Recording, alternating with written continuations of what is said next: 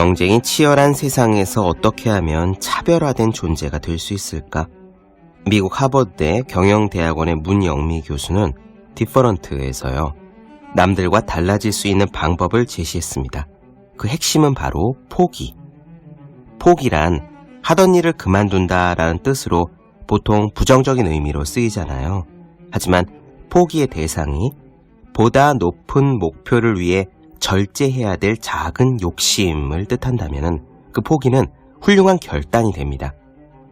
포기하지 말아야 할 중요한 가치를 위해 우리는 하찮은 것들을 포기해야 하죠.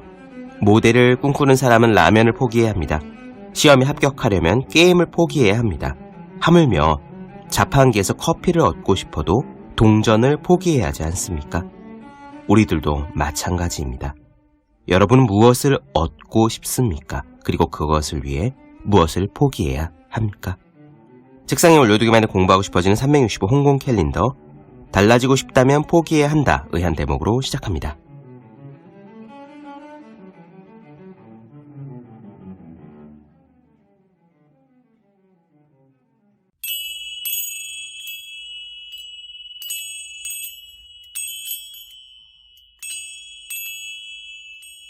네, 안녕하세요. 본격 공부작업 팟캐스트 서울대는 어떻게 공부하는가, 한지우입니다. 우리는 지금 프레데리케 파브리티우스 한 사기만의 뇌를 읽다 살펴보고 있습니다.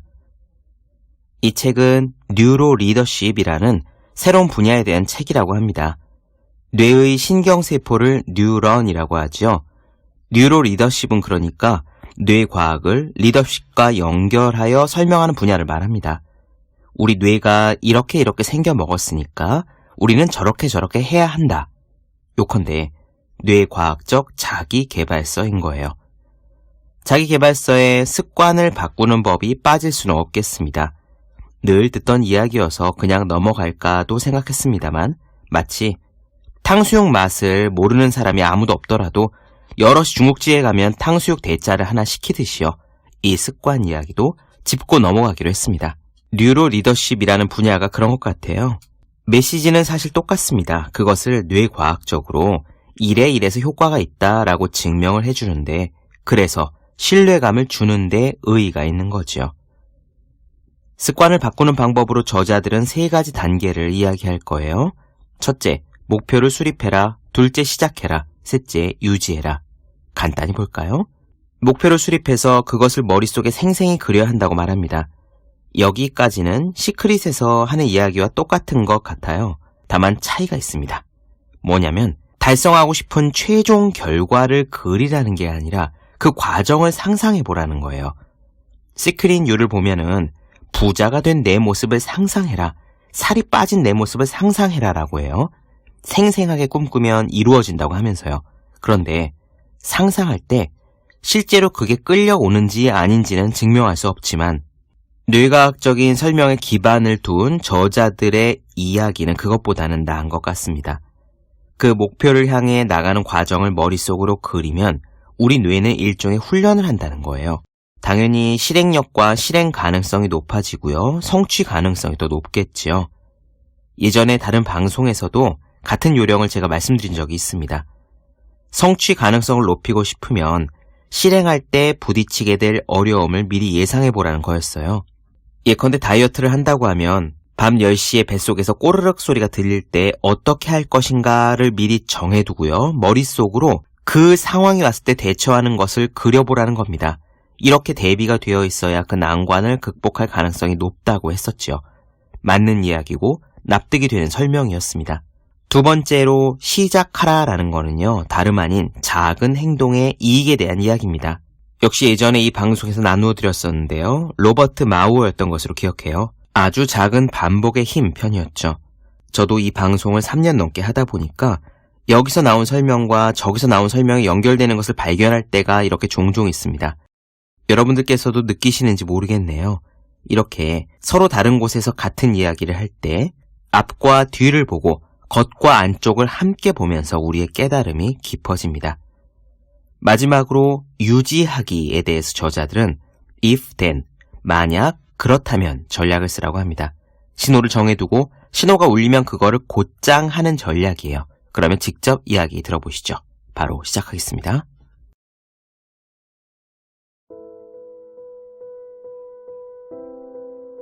좋은 습관을 형성하거나 나쁜 습관을 없애는 방법에는 동일한 3가지 기본 기술이 포함된다. 첫째, 목표 수립과 동기부여. 둘째, 시작하기. 셋째, 유지하기다. 첫째, 목표 수립과 동기부여를 보자. 가장 효과적인 목표에는 2가지 특징이 있다. 첫 번째는 정서적 요인이고, 두 번째는 목표를 달성하는 데 필요한 과정을 그려보는 거다. 우선 감정적인 연결고리를 확립하는 것이 필요하다. 단지 그게 올바른 일이라는 이유로 나쁜 습관을 바꾸거나 새로운 습관을 만들려는 시도가 성공으로 이어지는 일은 드물다. 감정 회로를 위한 기초 토대가 되는 보상과 위협 회로는 목표의 성공적인 추구와 달성에 필수적인 역할을 한다. 감정적인 요인이 배제된 목표는 실패할 것이 거의 확실하다. 또 목표를 그려봐야 한다. 일반적인 사무실 건물에서 정기 비상 훈련을 시행하면 모든 사람이 면밀하게 계획된 경로를 따라 차분하고 정돈된 태도로 건물에서 대피하는 법을 배운다. 목표를 추구하기 위해 당신이 정리한 실행 단계를 시각화하는 것도 비상훈련과 비슷하다.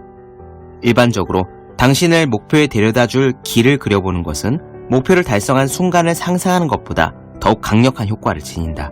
화재를 피해 대피할 경로를 생각하는 것이 연기에서 안전하게 벗어난 자신의 최종 모습을 상상하는 것보다 효과가 큰 것과 똑같은 이치다.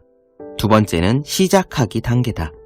분명한 목표와 훌륭한 기대감, 세심한 계획이 있다고 해도 새로운 습관을 만들거나 오래된 습관을 버리려는 사람들 중 다수는 시작하기라는 즉각적인 장애물에 부딪힌다. 변화에서 가장 어려운 부분 중 하나가 시작인 만큼 시작하기 가장 좋은 시간은 바로 지금 당장이다. 습관 변화의 초기 단계에서 뒤로 미루려는 버릇은 우리의 주된 방해 요소다. 우리가 감당할 수 있는 작은 단계로 세분화하기 전까지 커다란 목표는 우리에게 겁을 줄 수 있다. 예전에 일본 기업은 지속적인 개선이라는 슬로건 아래 경영 방식을 소소하고 꾸준하게 변화시켜왔다. 이 개선의 일본식 발음인 카이젠은 일본 산업계 전역에서 열렬한 지지를 얻었다. 이 카이젠이 어떻게 일본 산업계의 흐름을 변화시켰을까? 몇 가지 요소들이 있다. 첫 번째, 작은 질문을 하라. 당신의 목표가 너무 크거나 어려워 보인다면 단순히 스스로에게 이런 질문을 해봐라. 목표에 가까워지기 위해서 작은 한 발자국이 있다면 무엇일까? 둘째, 작은 생각을 하라. 스스로 질문에 답을 했다면 이제 이것을 실천하는 자신의 모습을 그려볼 차례다. 그 일에 착수하는 자신의 모습을 아주 조금씩 그려본다. 한때 두려움을 유발했던 일을 향한 당신의 마음가짐은 시간이 흐르면서 새롭게 변화될 것이다. 셋째, 작은 행동을 취하라. 작은 질문과 작은 생각은 궁극적으로 작은 행동을 요구한다. 우리의 코칭을 듣는 임원들은 부하 직원에게 너무 많은 것을 바라고 그들에게 너무 큰 목표를 설정해주는 경우가 많다. 그러나 이것은 양쪽 당사자 모두가 실망감을 느끼고 사기가 저하되게 만들 것이다. 직원에게 매일 10명의 고객에게 전화를 걸어라 같은 목표를 설정하는 일을 절대 금해야 한다. 그 대신 첫 번째 주에는 하루에 1명의 고객에게, 두 번째 주에는 2명의 고객에게 전화를 거는 방법으로 목표에 다가설 수 있도록 장려하라. 넷째, 작은 보상을 하라. 이제 모두들 알겠지만 우리의 습관 대부분은 본래 보상에 대한 기대감으로 형성된 것이다. 바꾸고 싶거나 만들고 싶은 습관에 대한 보상은 목표에 어울리는 것으로 해야 한다. 말도 안 되는 이야기 같겠지만 작은 보상은 어떤 때는 큰 보상보다 더 훌륭한 동기부여 요인이 될 수 있다. 우리가 아는 한 경영 컨설턴트는 높은 월급을 받지만 전 세계를 돌아다니느라 자주 녹초가 되곤 했다.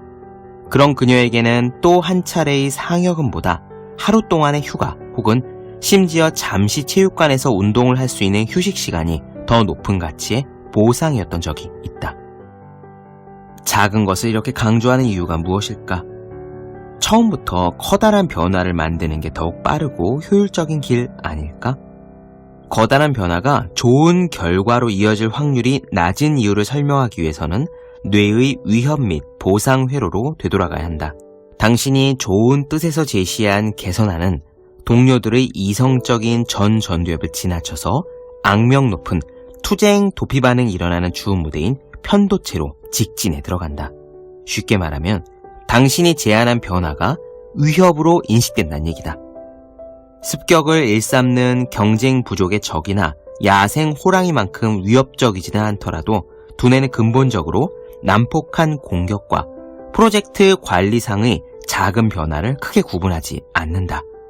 어떤 상황에서는 제가 다른 의견을 하나 제시해도 될까요? 같은 악의 없는 말조차도 마치 제가 당신의 자녀를 납치해도 될까요? 라는 질문과 비슷한 반응을 이끌어낼 수 있다.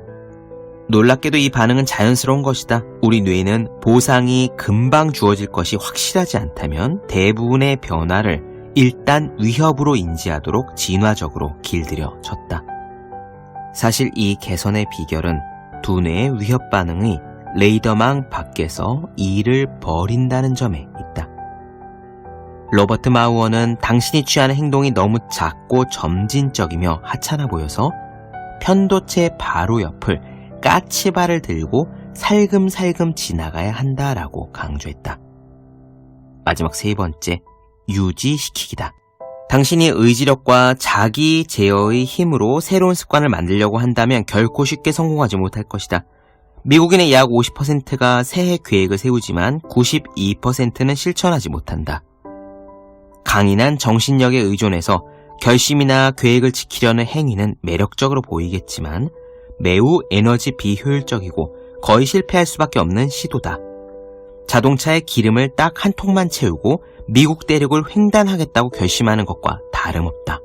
결심을 유지시키는 비결은 에너지 효율성을 증가시키는 것이며 그 방법은 이 결심을 습관으로 바꾸는 거다. 우리가 아무런 결심 없이도 아침에 일어나면 커피 머신을 켜고 식사 후에는 일을 닫고 회사 네트워크에 로그인하고 중요한 이메일의 참조 목록에 담당자들을 추가하는 것을 생각하면 이해하기 쉬울 것이다.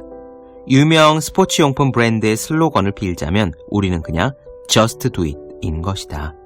이렇게 새로운 습관을 형성하기 위해서는 if, then 전략을 활용하는 것이 좋다. 예를 들어보자. 경비의 지출 내역을 빼놓지 않고 관리하겠다는 결심을 세우는 것은 바람직한 일이지만 당신이 기억력과 의지력에 의존할 심산이라면 다른 대부분의 결심과 동일한 실패의 길로 이어질 확률이 높다. 그러므로 이 결심을 서서히 습관으로 만들어줄 전략을 고안해보자. 만약 아침에 컴퓨터가 부팅되는 동안 어제 받은 영수증을 모두 모아 봉투에 담겠다 라는 전략을 수립한다면 이제 컴퓨터를 켜는 행동이라는 촉발제가 생겼고 이것은 영수증 수집이라는 루틴을 시작하게 할 자극이 되어줄 것이다. 여기에 탕비실에 갈 때는 회계부에 영수증을 넘기겠다 라는 또 다른 전략을 추가함으로써 다음에 이어질 행동을 유도할 수도 있다. 그러면 이 결심을 이루는 데 필요한 행동 과정을 완전하게 마무리 짓게 될 것이다. 컴퓨터의 전원을 켜는 시간, 그리고 탕비실에 들르는 일을 신호로 해서 이 과정을 충분히 반복한다면 어느 순간부터는 영수증 제출을 깜빡 잊어버리는 일이 오히려 더 어색하게 느껴질 것이다. 그리고 결국 이 전략도 다른 습관들처럼 자동화될 것이다.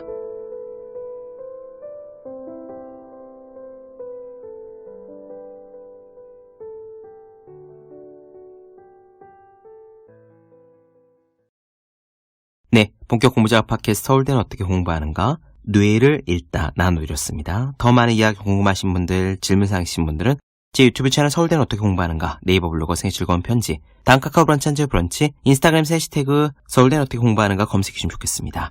또 학생, 수험생, 취준생, 직장인 등 공부하시는 모든 분들을 위해서 어떻게 공부하는 게 효율적인 설명한 혼자 하는 공부의 정서, 그리고 책상에 올려두기만 해도 공부하고 싶어지는 365 홍콩 캘린더 아직 읽지 않으셨다면 꼭 한번 읽어보셨으면 좋겠습니다. 분명 도움이 되실 거예요.